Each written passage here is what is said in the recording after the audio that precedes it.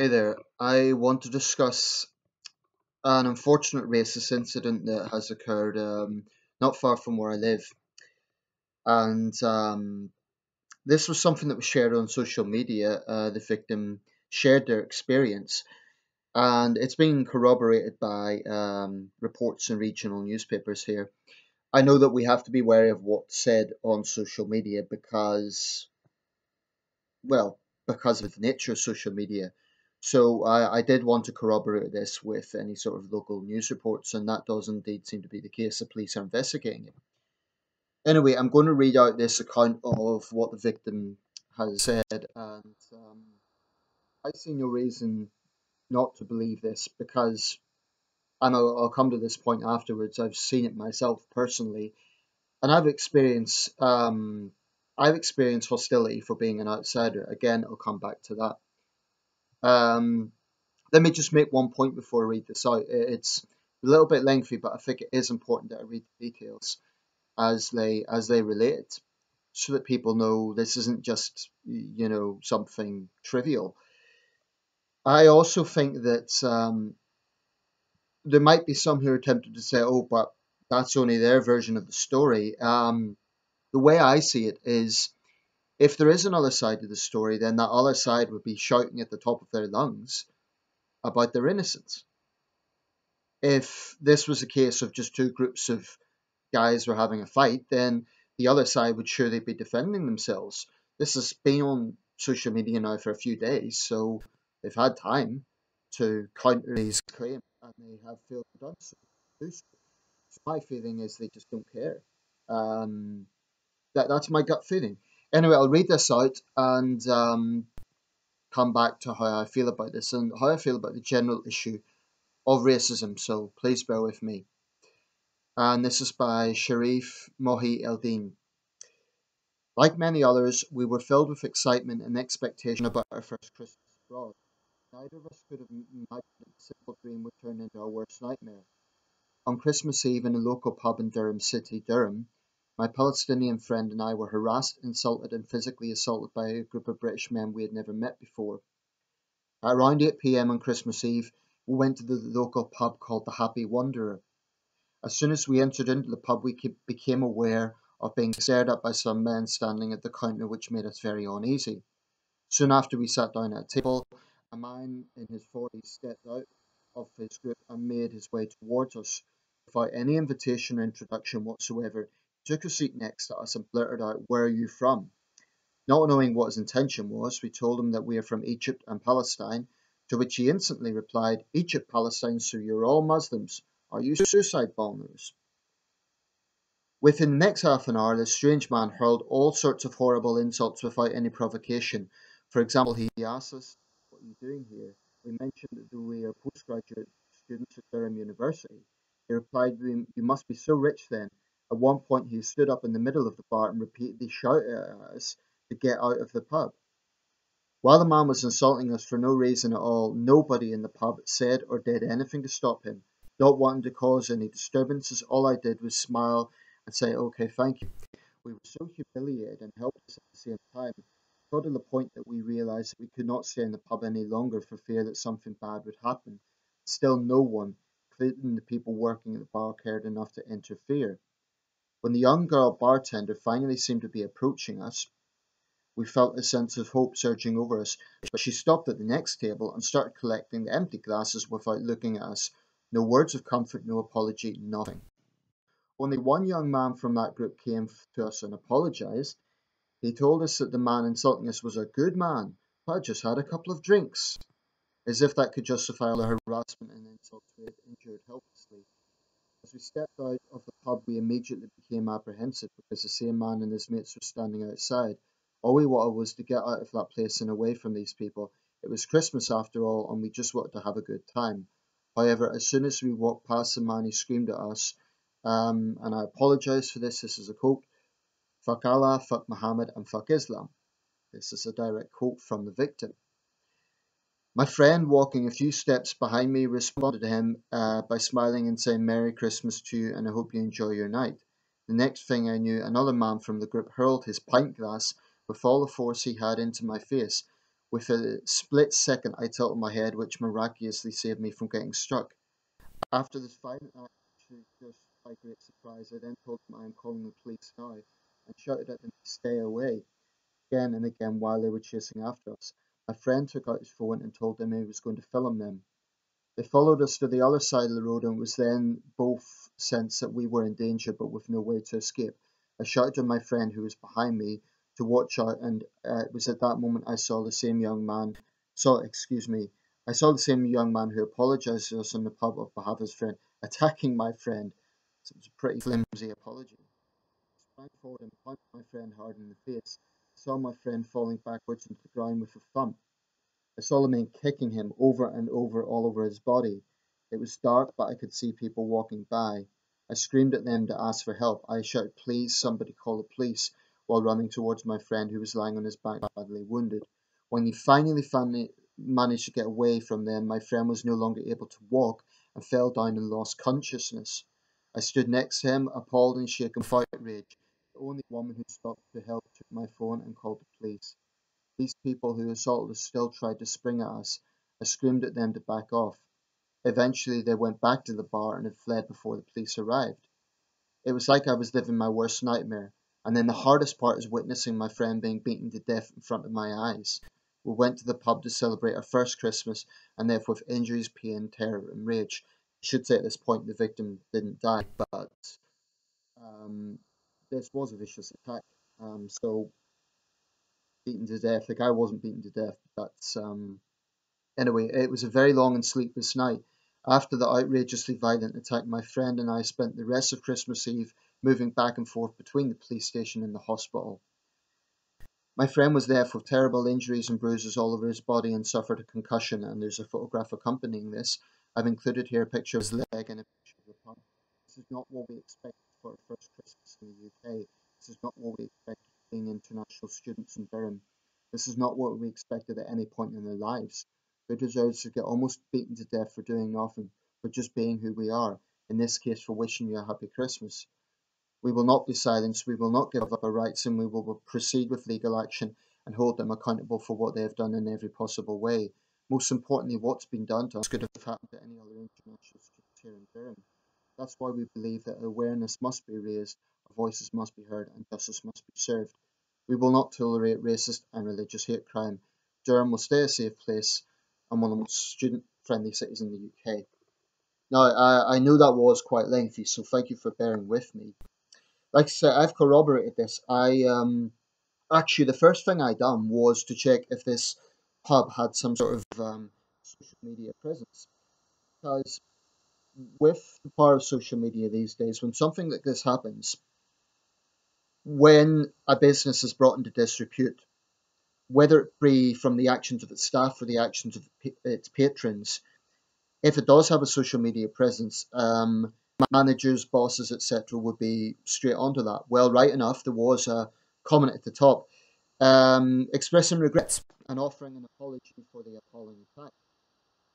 But what the post failed to do was recognise the racist nature of the attack. It blatantly was racist in nature. Don't think anyone could dispute that. And it also failed to explain why absolutely nothing was done at the time. And they said they were working with Durham Constabulary, um, Durham Police. This is disgusting. And I see no reason to disbelieve this account. Why? Because I personally know of people who have been attacked by racist thugs.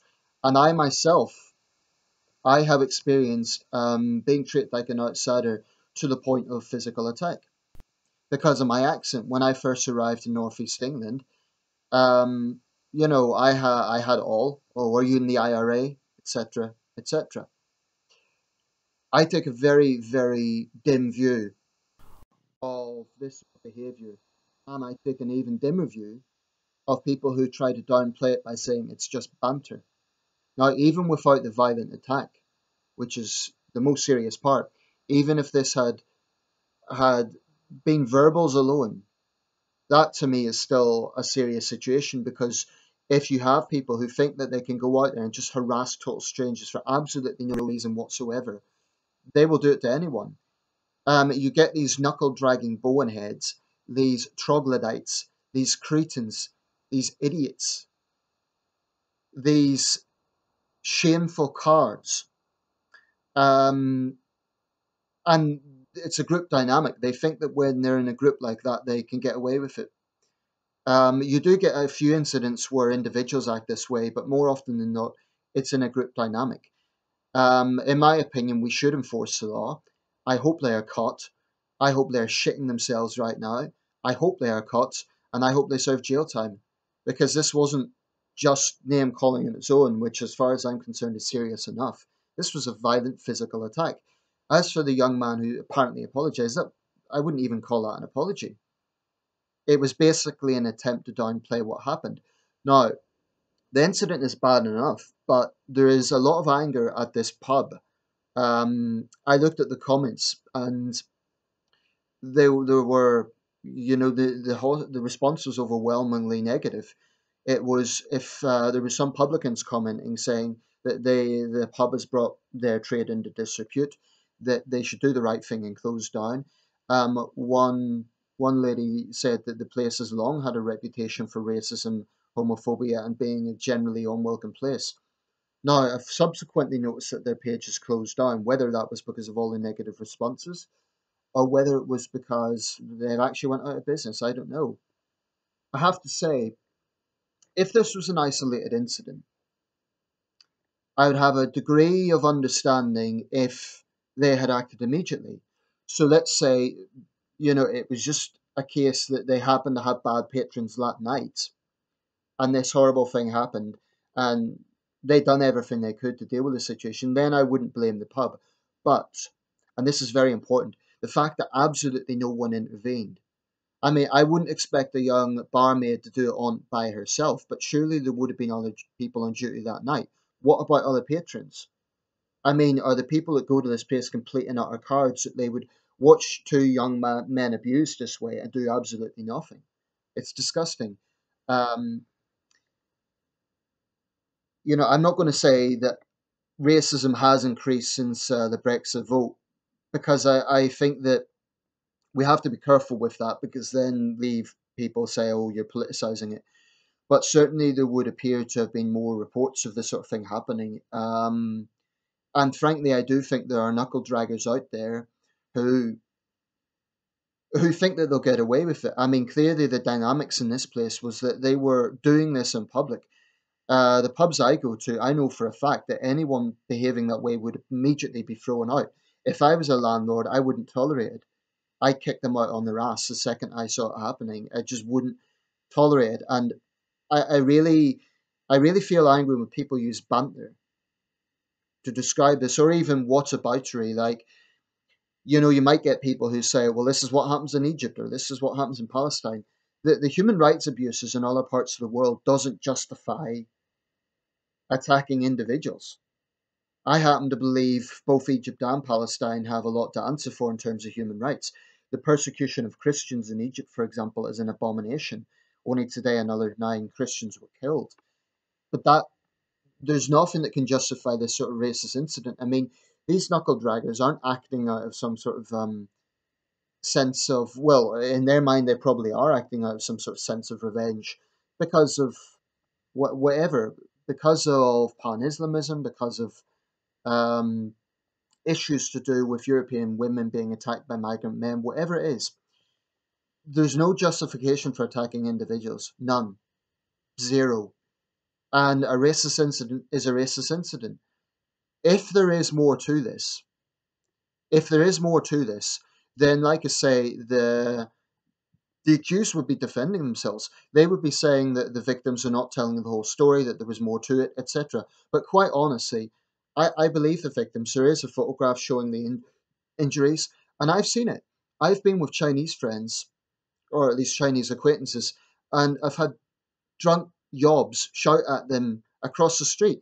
I frankly have nothing but contempt and the lowest disgust at people who harass strangers for no reason. I'll be quite blunt. I hate such people.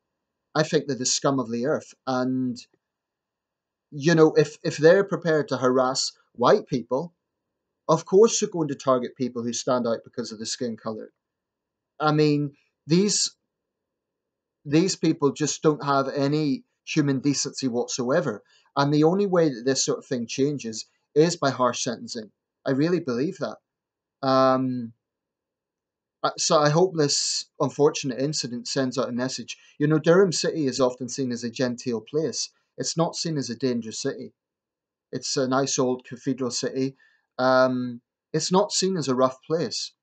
But wherever this happens, it's wrong. I know of a young Egyptian guy, a student, who was beaten up by a racist gang at a local metro station. And they always act in gangs. They're always, it's a card mentality. Real men, so they have to gang up on someone in a group. Personally, I believe that these culprits need to be named and shamed, not for vigilantism, but so that other pubs know to bar them. And I hope the local police can work with the information they have and arrest these people as soon as possible. Because if they do it once, you can be damn sure they'll do it again. If they felt the need to go up to two young men they didn't know who were minding their own business, then they would do it again. You know, I've seen this dynamic before where you get drunks, you get it in train stations, you get it in public areas, and it's this group mentality. People think that they're in a group, they could do what they want. That sort of cowardly mentality needs to be challenged. It's disgusting. Um, and yeah, it makes me very angry. I've had abuse. I know of people who've had abuse. This happens. So to me, this is not a left wing, right wing issue. And it's got nothing to do with your views on immigration, if you think immigration too high, whatever. Let's be clear, these were students, international students, who were studying in this country, who paid to study in this country, and who have a right to study in this country. Britain has long been renowned for world class universities. If this is what happens to international students, it's going to damage our reputation. So these knuckle draggers need to be caught and punished. Um, and anyone who knows anything, please do the right thing and just go to the police. You could do it anonymously. Just do the right thing. Um, but as a society, I really think we should just purge these people from public acceptance. We shouldn't have any sort of iota of trying to downplay this. Um, it's nothing to do with being a social justice warrior or anything like that. Anyone who's followed my channel will know full well that I don't shy away from taboo subjects, right? So I believe that issues like immigration and regressive cultural values that violate our values. So, for example, whether it be honor killings, whatever that is, those sort of things absolutely need to be challenged. But I still insist that you cannot use anything to justify a totally unprovoked racist attack. Period. Even if a Muslim woman came in wearing a hijab, that would not justify an attack. The way someone looks is entirely their own business in terms of everyone has a right to expect not to be attacked by strangers. And if this was a one off thing, we could say, oh, yeah, it was unfortunate, but sadly, it isn't. And sadly, this is not that rare. It does happen. I have personally seen it. And it makes me so angry that these knuckle dragging scumbags think that they can do this to people, that they can intimidate and harass two young men who are a long way from home, who are simply wanting to enjoy a night out. It's disgusting. So, incidentally, I would say there's a great deal of hypocrisy from certain gutter rags like the Daily Mail. They would condemn an incident like this on the surface, and yet they spend all their time vilifying foreigners, basically. If you look at the sort of headlines that the Daily Mail promotes, and I think the Daily Mail is probably the worst, although the Daily Express has a lot to answer for as well. They will be very defensive when they're accused of racism. They'll say, we have a diverse staff and we condemn racism. But I do believe that when you get in a society certain sentiments promoted by national newspapers, it does have a ripple effect. Now, I'm not suggesting for a second these attackers read the Daily Mail, then went out to attack students. But when you get headlines that are making sweeping statements and demonizing entire groups of people, it has an effect. So to the attackers, they don't care if their victims were students or business people or migrants. As far as they're concerned, they've got dark skin and they come from Islamic countries, so they deserve to be attacked. What happens in Egypt doesn't justify what happens to Egyptian students here. What happens in China doesn't justify what happens to Chinese students here. And I am no shrinking violet when it comes to criticizing human rights abuses in other countries, and I will continue to do so. Egypt does have an appalling human rights record, and it's the way Christians are treated there is repugnant. But like I say, it shouldn't be a case of whataboutery. Now, I've spoken longer than I intended, but I think it was important to talk about everything. A final point: there are a few people that have come onto my videos because I've talked about regressive attitudes from the left. For example, double standards on anti-white racism, that sort of thing. So they've come onto my channel with blatantly white supremacist ideas, far right ideas. Let me be very clear here. I have nothing to do with, and I want nothing to do with Britain First, EDL, or any blood and soil white nationalist groups that might be out there. You know, I want nothing to do with you. I don't want you to subscribe to me. I am not your friend, and I have no sympathy for that sort of worldview. Um, I call out the regressive left when they show double standards. I call out racists, whatever race they are from. So whether it be white racists or whether it be black racists like Monroe Bergdorf, who generalizes and vilifies all white people, whether it be South Asian racists, whether it be East Asian racists, whether it be Hispanic racists. My view on racism is straight to the point. Racism is racism is racism. And it is critical that we are consistent with these things. So, yes, I'm talking about this issue, but I really want people to consider that there is a problem in society. Now, I don't want to exaggerate. Britain is by no means the most dangerous country in the world, and I don't think we're anywhere close to being the most racist country in the world. I think you would find in countries like India the level of racism, the level of hostile views to outsiders is very high, and other countries. So I don't think we're by any means the worst, but another point that it's worth bearing in mind is the overwhelming response from white British people was to criticise the attackers. So that any Egyptian people who are watching this, this is not representative of all Britons by any means. It's not representative of Durham City, and it's not representative of people from the northeast of England. Um, but we do have a problem, and we cannot deny that there is a problem. So I'll leave it there.